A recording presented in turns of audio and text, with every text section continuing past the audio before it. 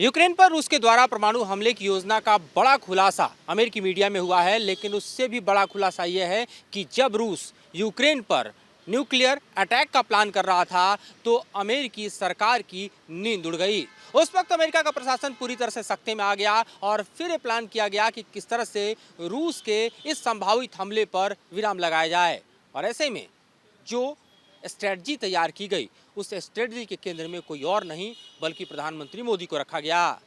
और ये बताया जा रहा है कि पीएम मोदी के ही दखल के बाद क्रेमलिन ने इस योजना को ठंडे बस्ते में डाला, क्योंकि ये बात साल 2022 की है, तब जबकि रूस और यूक्रेन का युद्ध चरम पर था। और ऐसे में खासतौर पे आप देखिए तो रूसी सेना पर लगातार यूक्रेन जो है नेटो के हथियारों के जरिए एक के बाद एक हमले कर रहा था, जिससे रूसी सेना के पांव उखड़ते जा रहे थे। ये इलाका खिरसौन का था, जहां पर दरअसल भीषण लड़ाई चल रही थी और उस वक्त रूसी सेना को यूक्रेन की सेना ने चारों तरफ से घेर लिया था। और यहाँ पर हालात ऐसे थे कि रूस को इस बात का अंदेशा था कि भारी संख्या में उसके सैनिक जो हैं वो यूक्रेन के हमले में मारे जाएंगे, और अगर ऐसा होता है तो रूस में भारी विद्रोह का सामना व्लादिमीर पुतिन की सरकार को करना पड़ सकता है, और ऐसे में घरेलू युद्ध को रोकना असंभव सा हो जाएगा। और इसी को देखते हुए दरअसल डर्टी बॉम्ब की प्लानिंग शुरू हुई। डर्टी बॉम्ब की इसी प्लानिंग के तहत जो है वो तमाम खबरें जो है सामने आई थी, और अब जाके इस बात का खुलासा हो रहा है कि ये हो क्या रहा था। तो ऐसे में भारत और चीन, इन दो देशों की भूमिका को अमेरिकी अधिकारियों ने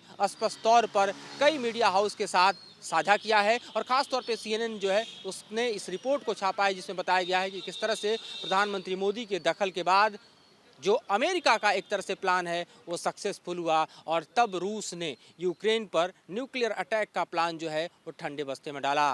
हम जानते हैं कि रूस और यूक्रेन की लड़ाई अब भी चल रही है, और इस वक्त लड़ाई जो है वो भी दरअसल हम देखें तो खासतौर पे रूस जिन इलाकों को अपना घोषित कर चुका है वहाँ पर यूक्रेन और रूस के बीच केंद्रित है, यानी डॉनबास का इलाका। लेकिन तब जबकि रूसी सेना आगे बढ़ते हुए हम जानते हैं कि कीव तक चली आई थी, और पीछे लौटते हुए देखें तो मैरियोपोल और खासतौर पे आप देखिए तो खिरसौन, ये तमाम ऐसे इलाके हैं, जरपोजिया का इलाका है, यहाँ पर भीषण लड़ाई चल रही थी। और तब खिरसौन जो है वो एक ऐसा केंद्र बना था, ऐसा फ्लैश पॉइंट बना था, यहाँ पर रूसी सेना को जो है भारी यूक्रेनी सेना के जरिए तबाही का सामना करना पड़ रहा था। क्योंकि हम जानते हैं कि रूस की जो स्ट्रेटजी है वो कीव तक आते आते दरअसल चरमरा गई थी, क्योंकि रूस ने अपने टैंक रेजिमेंट के जरिए कीव में घुसने की कोशिश की थी, और तब टैंक रेजिमेंट को एक तरह से अत्याधुनिक हथियारों से उड़ाने का प्लान जो है यूक्रेन ने नेटो के साथ बनाया। छोटे छोटे मैनपैड के जरिए जो है और प्रिसीजन अटैक के जरिए जो टैंक हैं उनको तबाही का शिकार होना पड़ा, बर्बादी का शिकार होना पड़ा। और तब रूस को ये समझ में आया कि दरअसल ट्रेडिशनल वॉरफेयर से कहीं आगे निकलकर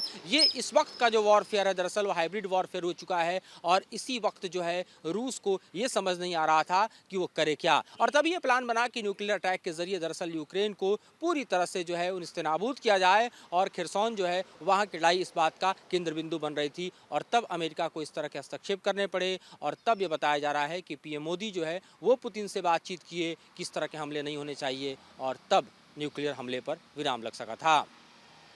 प्रिंस विकास के साथ Madhurendra Kumar, news nation digital के लिए।